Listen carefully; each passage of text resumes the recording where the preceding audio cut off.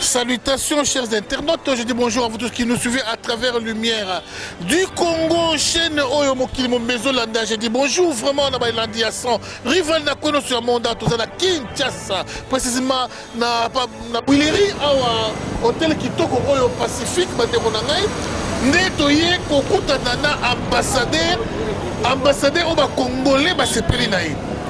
Depuis histoire et bandai ambassadeur d'Afrique du Sud, il est l'unique et le seul ambassadeur au Congolais sepeli naï. Et pourquoi Congolais sepeli Congolais Afrique du Sud? Pourquoi sepeli naï? Parce que ambassadeur Azala Kalana comme Yampoko, Mobumi, Moyini, Mokangisi, Mabinyo sur Mokili Azala Yango. Un ambassadeur c'est le petit président Yaba. Il y a communauté dans Libanda.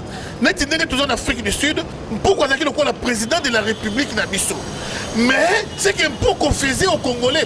Les Congolais, c'est un accident. Je me souviens de l'église. Pourquoi mon anaté ayokanate? Les Congolais, ils ont été. Par contre, ils ont kangisa contre les Congolais. Ils ont kangisa les Congolais. Et l'ambassadeur qui passe à la télé pour critiquer les Congolais, ils sont voyous. Alors, Zambayo qui connaît les Congolais, son excellence Félix Antoine Tshisekedi, que je salue en passant, Beto Yasolo, il est en très bonne santé. A Outiko, tu as l'habitude d'ambassadeur Yasikana Kombo, il y a Fidèle Moulaja. You are welcome, Fidèle Moulaja, ma Congolais, nous sommes à Sepeli d'ailleurs. Mboula na Mboula, passeport, ils ont maraté l'Afrique du Sud. Parce que Mbongo, Malembi. Talami Lelo, il y a Congolais Afrique du Sud. Lelo, Fidèle Moulaja, ambassadeur Aye, à résoudre ma problème, il y a des Congolais. Toko Yambaye, Kalami, qui était beaucoup de ma question Yabino, ma réponse naïe. Pas trop de commentaires. Toko Tanakati, Tolanda, ambiance sur la Kati, ma Congolais, nous sommes Yebi. Ma route Afrique du Sud, ma Kinshasa, Baza Awa. Ceux qui ont besoin au monde à Mike, Alomba, au monde est Awa. Lélo. On a besoin de Pichu Moueme, au monde est Awa. Alerte. On a besoin de Tienne Kabila. Donc, ma Congolais, nous sommes Yebi dans l'Afrique du Sud. Lélo, Baza Awa. Pas trop de commentaires. Toko Tanakati.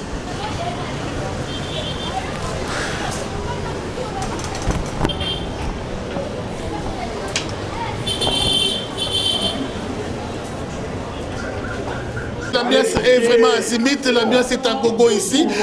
La communauté congolaise, en Afrique du Sud, va se retrouver à Walelo, na Kinshasa, Nyasolo, Mike Alomba, Yeyo Mbote. Mbote son rival. Un petit bonjour to Kozongelayo. Mbote na ba Congolais nyonso en Afrique du Sud, Mbote na ba combattants, bana Al-Qaïda, bana base à Kaos Biega. Toute la communauté congolaise de l'Afrique du Sud, Mbote na bino yango. Beaucoup sa Mateo qui s'asranzala, la Mike Alomba spé. Ndeko Mbote. Mbote papa. Bazo n'a pas d'Afrique, c'est juste un petit message. Bon, Tozali, hein. Toye comme ambassadeur là, Tozali ko sala oyo bolingi esale. Bosambela ka nzambe asalisa. Donc makasi babi pitu alerte, ba bouger vraiment ba bouger Cape Town, ba bouger Djoubou, pitu alerte yeyo combattant Kanda bonjour. Bonjour sans rival. Moi Mbote ba Hollande pas petit Pazi. Bande réunion sur Cape Town, Bloemfontein, Johannesburg, Durban, Port Elizabeth, tous ensemble. Alors toye pour la cause commune. C'est-à-dire cause Nabino, nous ne sommes pas venus ici pour Tobo Sanabino. Alors Borolanda et Koleka, sans beaucoup faire de commentaires, vous allez suivre ces Pichou Alert, autrement dit Nyamakanza. Balia Genaba, Poal Nae. Nyamakanza, Yasolo, à tout seigneur, tout honneur, ceux qui m'ont salé le Koyamala, Moutikato, Betelaï Maboko, si les combattants ont pu résister jusqu'au succès.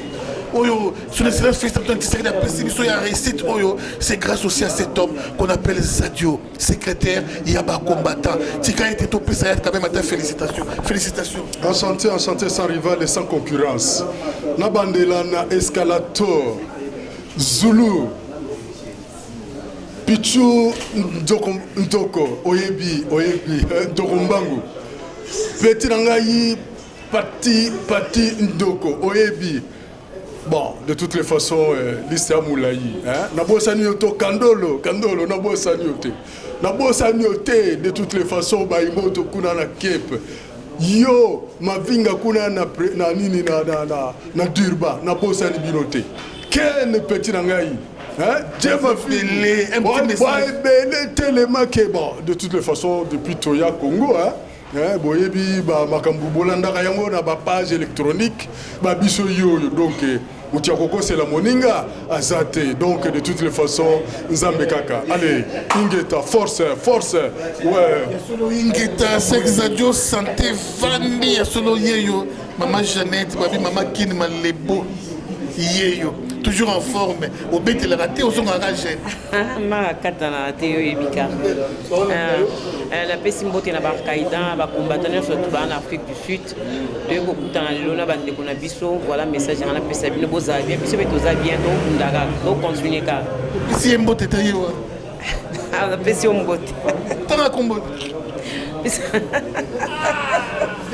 ça y va la pesi Mike Mombito mbote belé na Mike Mombito Kin Malebo toujours merci beaucoup nayoki ke kasere ka kokoma na moto makasi kolekana Kin Malebo ah oui pour Kin Malebo ba congolais bazara société c'est tout à fait normal à soi relève c'est tout à fait normal parce que mikolo ezandeye côté on parce que ba congolais bazara sur na place où ba kutana ta par monde arabe pas Willy Falanga na pesi bimaso Yannick Yannick ni anayebi père Aleki na pesi mbote belé père Aleki mbote belé Yannick ni ya mokonzi kozongela masolongo bo comprendre kaka ya solo bana Djobour bakwe bana Afrique du Sud moto zali en tout cas boule salami kitoko toye ko sala retrouvaille wa bana Djobour ba vie ba mbibiso donc biloko ezobela kala mingi te quoi donc ça arriva very soon masola kitoko zo kuna na Djobour. Donc, bana Pretoria, bana Jubek, bana Daben, donc very soon, ambassadeur à Sikazoya, Talara nga papier lek Naza, na Masolango, donc ça arrive à Bundi fort. Organiser tout à Djobour, Toya, Koto, pour Masola bien à Koto. Donc, on a les liens fort, ils sont tous ensemble, good job, nous sommes Moussalango, ils sont tous les lits, tu es le bon na motema quoi. Donc, merci vraiment ya solo bino mobomona ya solo pour na nini te to petraka merci na batu oyo basala musala kitoko lokola basami boyoko sami boyoko oyo mokili yebi vraiment sami boyoko a beaucoup fait ya koloba ko des mingi te baso na ndoko to moi lilo bon c'est mauvais aliga qui non yo mo yebi ambassadeur azoya et le que ça bien que toujours ya biso sikoyo oya musala na biso musala ya bien biso surtout kende ba maman so gambela combattant to que to soutenir to même cahier des charges ce qui est important to kende ko ebisaye ba besoin na biso to mona ndenge to résoudre ngo na biso awana kin si madame Nombo tete azua déjà tout le monde est c'est des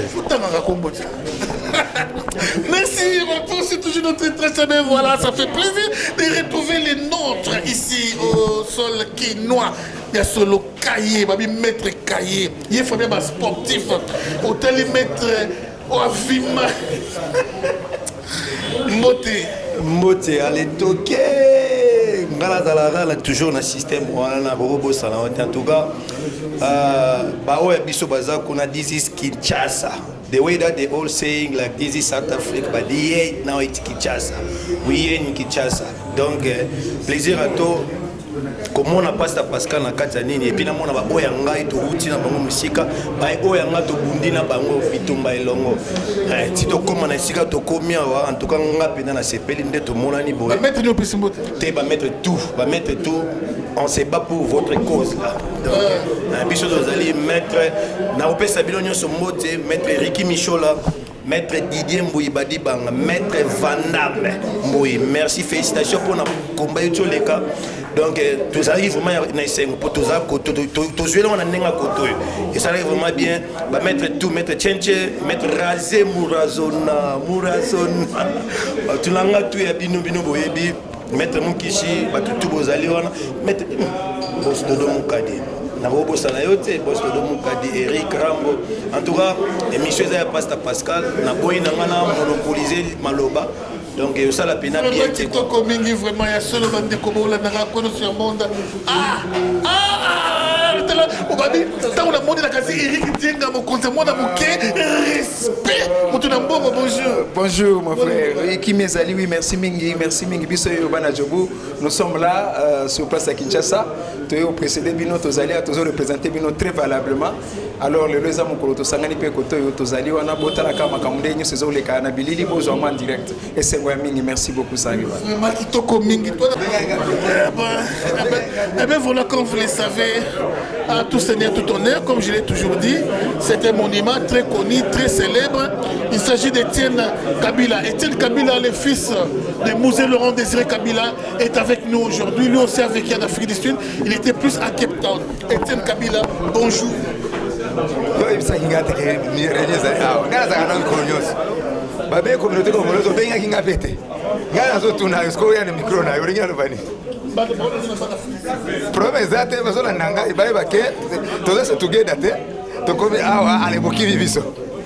Il y a solo Étienne Kabila.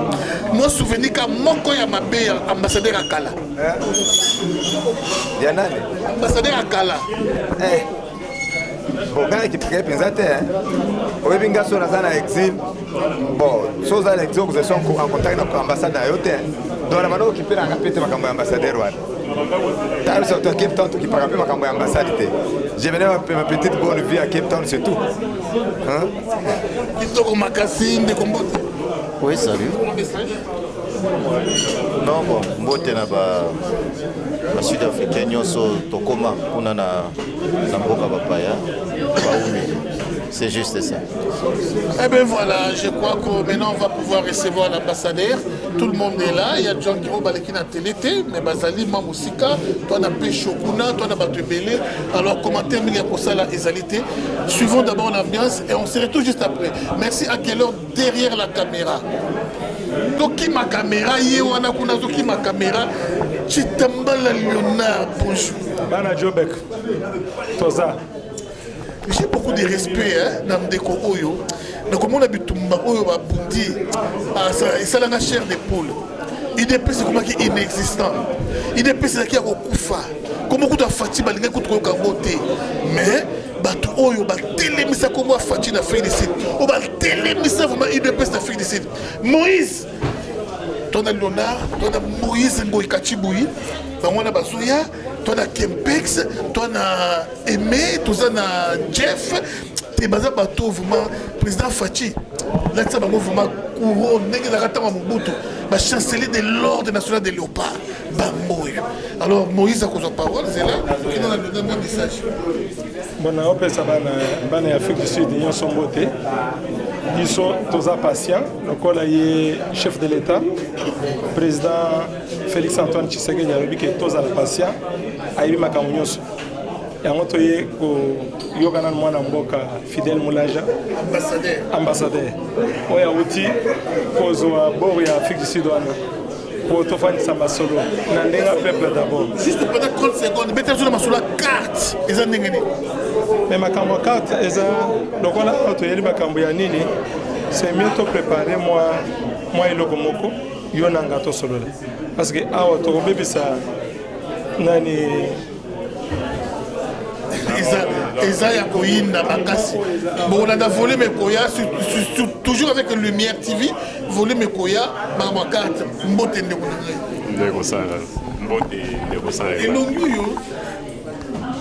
pour vous rafraîchir la mémoire, Tokita Litulia House, le plus grand événement Oyo, ba combattant Félicie Basala, il y a Litulia House, Oyo ba combattant ba lomona bilamba nyonso, na siège ANC, kanda bakasi na gérance na nini na ingérence Oyo, Zuma zalaki na ngona Congo na biso. Alors ndeko oyo azwa masasi na lokolo, azwa masasi na lokolo, puis bima na journal mbote ndeko mbote ça arrive. Moi liloba mpona lelo bon lelo toye juste kosepela na ndeko na biso ambassadeur Fidel Moulaja. Donc yango nde to se réunir awa na bandeko nyonso pour dire d'abord merci au chef de l'État pour s'allier confiance dans l'autorité. Donc, à moko na biso, to évoluer naie, to lutter naie en Afrique du Sud. Donc, aza o babenga ka Machia Moumeno, wa Habilamba. Merci, je crois qu'il y a Kolo Benzamingi. Tout le monde dans l'ambiance et on se retrouve juste après. Ah oui, elle est là, combattante Mounene. Vous avez comment on a assez, juste un message. Bonjour sans rival, Nasepeli Makasi. Nous remercier le chef de l'État Makasi. Nous avons pensé finalement en Afrique du Sud qu'on changeait ambassadeur parce que c'est lui qui était là ou qui est là encore. A fait 2 décennies et ça n'allait plus. Ça n'allait plus et il y avait des problèmes dans la communauté. Ezaki kozala assisté teti les locaux tout bas congolais musubaza na prison injustement et il est au courant et il fait rien azolo par exemple que baza ba réfugié alors ba communauté mususu bazo assister ba pays ba citoyens na bango bien qu'ils sont réfugiés ceux qui passent mbeba toboité mais ba pays mususu na ezo assister ba réfugiés na bango oya biso banda opesa ba raison nini keo ba ko assister bango te po baza ba réfugiés HCR a quoi assister bango. Entre-temps, le HCR ne les a pas assistés. Donc, nous avons lancé Mbela, le chef de l'État, qui a actuellement des réfugiés congolais qui sont en prison seulement parce qu'ils sont allés revendiquer un droit de 2e pays d'accueil à la HCR. Et ils sont en prison depuis ça doit faire une 3e année. Il y a une Congolaise qui est morte l'année passée. Nous avons fait des démarches pour qu'on les assiste, pour qu'ils sortent de la prison. Rien n'a été fait en tout cas jusque-là. Donc vraiment, nous saluons cette nomination et nous espérons que la communauté sera finalement assistée en Afrique du Sud comme il se doit selon le respect du droit de l'homme. Adieu Mpoko, qui bonjour. Bonjour Saint-Rival. Oui, je suis vraiment content. Ça fait 3 ans que nous sommes encore réunis comme ça. Je remercie Saint-Rival d'avoir nous apporté son assistance pour nous rendre visibles dans le monde entier. Aujourd'hui, nous sommes réunis dans une occasion qui s'est présentée par rapport à une accréditation. On vient d'accréditer l'un d'entre nous, qui est M. Fidel Moulaja, que tout le monde connaît très bien, maîtrise bien. C'est un ancien combattant depuis de l'heure avec le papa Willy Chilengue, Willy Van, Dr Van et Jean-Marie Mouda, c'est un ancien vraiment combattant du terrain. Voilà, nous sommes venus lui saluer. Il est venu écouter la communauté sud-africaine présente ici à Kinshasa. Écouter aussi quels seront leurs rapports qu'ils vont donner par rapport à ce qu'il a comme les attributions pour l'instant. Merci beaucoup.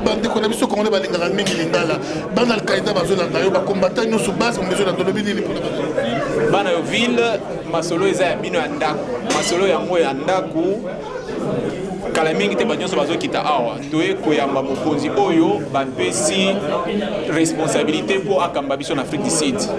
Tout le monde tozala en ligne ceux qui se mobiliser mokolo yango tozala na rapport pour te yamba na esengo et kosala moi bien lisusu makasi. Merci beaucoup, c'était le combattant Guy, en tout cas vraiment kitoko mingi vraiment kitoko toko tiki boko te falo balikamo comme Moïse Boykachiboyi yeyo Moïse Moni le babalo na partout. Oh Saint-Rival, l'homme du peuple.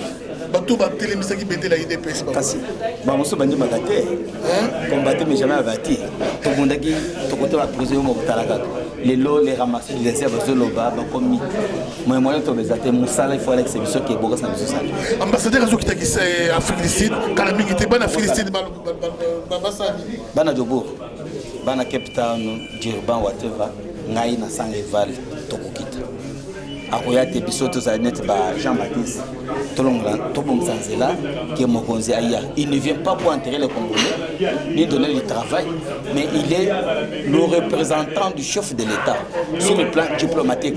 Ceux qui posent là, d'autres, il y a un bébé qui a placé, mais c'est un rêve. Donc, en fait, il est permis à tout le monde de rêver. Azoya pour un contact diplomatique. Nous devons être ensemble. Il n'est pas l'ambassadeur, il y a parti politique. À sa fondation,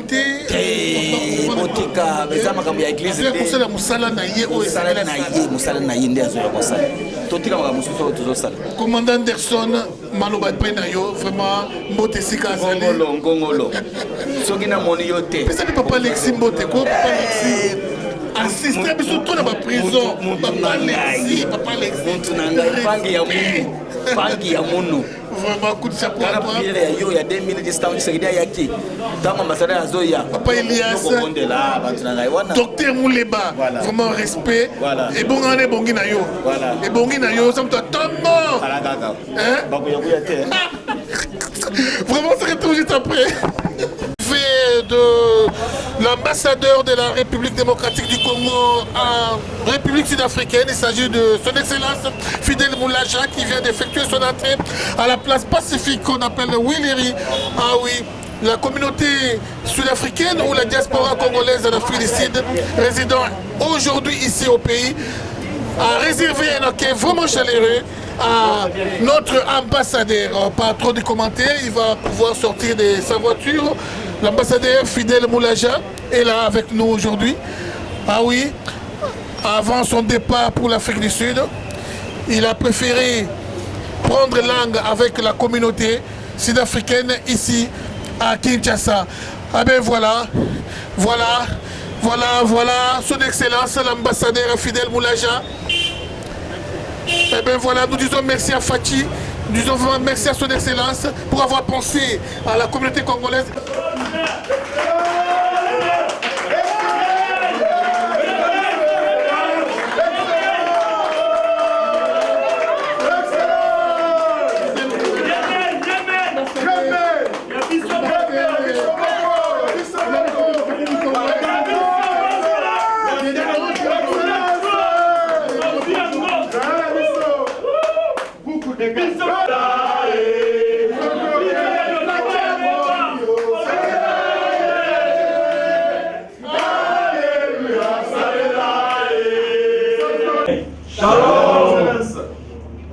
Je commence par vous remercier de tout cœur. J'ai prié vous rencontrer le plus rapidement possible. Malheureusement, on avait beaucoup d'occupations. J'ai vécu à Ilbro. J'ai vécu à Berea. J'ai vécu à Ponte, j'ai vécu à Entry, j'ai vécu à Bellevue, j'ai vécu à Yoga, j'ai vécu à Germiston, j'ai vécu à Kempton Park. Donc je suis votre produit. Donc j'ai vécu à Randfontein à Eastland. J'ai pris le train à 5 heures jusqu'à Park Station. Je connais ce que c'est being evacuated. Je connais ce que c'est le challenge we have for caretakers.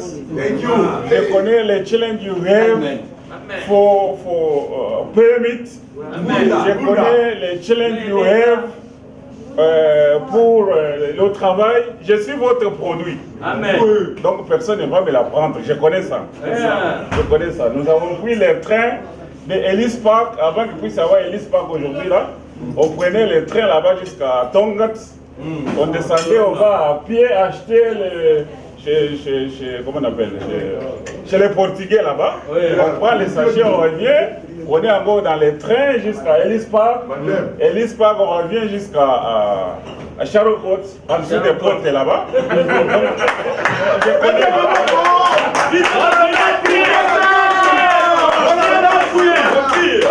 Donc personne ne va me l'apprendre. Donc je suis votre produit. Et je ne suis pas votre chef, je suis votre... Quand Dieu vous élève, ce n'est pas pour cracher sur les vôtres. C'est pour que vous puissiez les servir. Donc je suis là pour vous servir. Pour faire une différence, une grande et une rapide différence. Une différence rapide. Vous pouvez vraiment compter sur le Seigneur. Je crois que nous allons nous y mettre aussi rapidement possible. Je connais les défis qui nous attendent. Je connais les problèmes sérieux que nous avons chez nous. Vous savez que je ne vous apprends rien. Notre diaspora, je crois que c'est la meilleure. Amen. La diaspora sud-africaine, c'est la meilleure. Bon, je veux dire un plus sur notre diaspora. Depuis le dialogue inter-congolais, vous voyez ce qui s'est passé. Depuis que le président Etienne a commencé à venir en Afrique du Sud, vous voyez comment nous étions mobilisés pour l'accueillir. Vous avez vécu le temps que Papa Etienne est resté en Afrique du Sud, comment nous avons travaillé jusqu'à aujourd'hui. Je crois que la diaspora sud-africaine mérite d'être applaudie ici.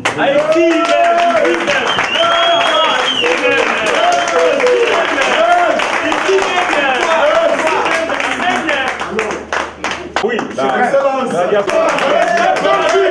Viva! Viva! Pretoria, viva! Viva! Bon Elisabeth, viva! Viva! Kinshasa, viva! Viva! Viva! Viva! Viva l'ambassadeur! Amen. Comme je le disais tout à l'heure, je connais les réalités qui nous attendent. Je connais cela. Je vais les énumérer certains. Le problème des passeports, c'est un défi sérieux que nous avons chez nous. Amen. Les problèmes des passeports. Il y a les étudiants qui ont eu des sérieux problèmes parce qu'ils n'avaient pas les passeports. Il y a nos frères qui ont perdu leur boulot parce qu'ils n'avaient pas de passeport. Non pas seulement ça, ils ont payé. Ils ont payé, ils se retrouvent, on ne sait pas les rembourser leur argent et ils ne savent pas aussi entrer en possession de leur passeport. Ça c'est sérieux. Les défis que nos frères ont de quitter Cape Town, venir jusqu'à Johannesburg. Les défis que nos frères ont de quitter Durban jusqu'à Jobourg. Tous ces défis-là, je connais. Les défis que nos étudiants connaissent. Les enfants, les étudiants. On doit reconnaître les mérites de nos enfants. Les étudiants. Donc nous devons travailler sur ça. Les différentes catégories sociales de nos compatriotes en Afrique du Sud. Nous avons les mécaniciens, nous avons les électriciens, nous avons les ingénieurs, nous avons les médecins, mais nous devons nous organiser. Nous devons nous organiser. C'est-à-dire que lorsque Dieu vous élève là-bas, il ne faut pas commencer à cracher à ceux qui suivent, ceux qui sont en dessous. Nous sommes tous les mêmes. Nous devons garder ça. Comparativement avec d'autres ambassades, vous voyez même d'autres petits pays, à Pretoria, les ambassades, il n'y a pas de pareil avec la nôtre, en Afrique du Sud. Ce sont des urgences auxquelles nous devons nous atteler le plus rapidement possible. C'est-à-dire que le Congolais, quand il vient à l'ambassade, il doit se sentir chez lui. Je suis revenu chez moi. Mais aujourd'hui, là, tu vois l'ambassade de loin qui a même peur d'accéder là-bas. Mais le moment est venu, nous devons travailler ensemble. Nous devons travailler ensemble. Vous voyez par exemple sur le domaine parlant de business. Les avions qui quittent l'Afrique ici, qui viennent ici, ils sont pleins. Retour, ça rentre vite. Pourquoi on ne peut pas capitaliser le retail load? Return flight, pourquoi on ne peut pas capitaliser ça? Pourquoi est-ce que nous importons seulement? Est-ce qu'on ne peut pas voir comment nous vont commencer aussi à exporter vers l'Afrique du Sud? Qu'est-ce qui manque? Donc nous devons nous asseoir et puis voir. Quand vous allez en Europe, vous voyez, il y a les pondos, les matembele, tout ça, ça arrive là-bas à Bruxelles. Mais les nôtres, les produits qui arrivent chez nous, à partir de Ouartambo déjà c'est retenu, on prend, on jette ça dans la poubelle, etc. Nous devons améliorer ça. Nous devons encourager ça.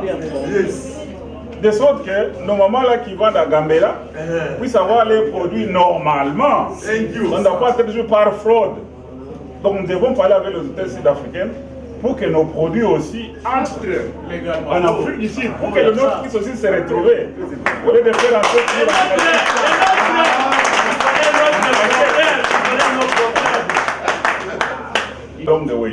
pour que les opportunités qui peuvent amener en Afrique, au Congo, ça ne puisse pas aboutir. Nous devons décanter ça. Nous devons décanter ça.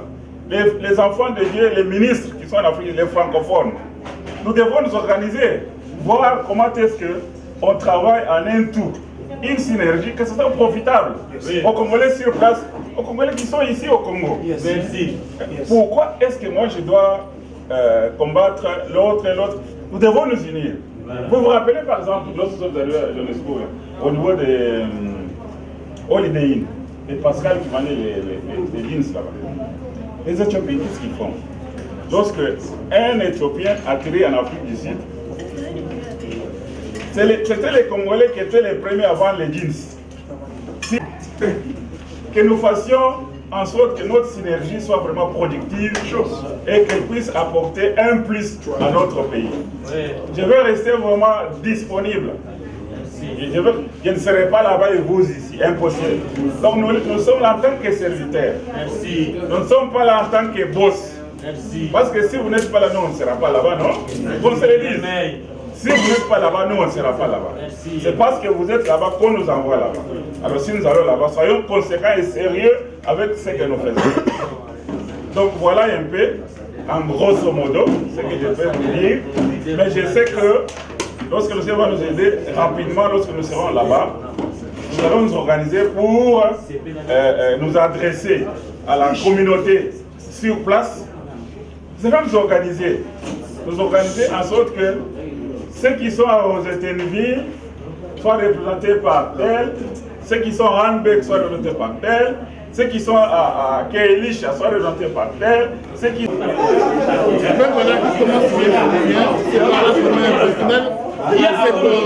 Cet événement, ça a été implanté il a presque tout. Prof, j'aimerais juste bien un peu, en émo, le message de je suis votre merci.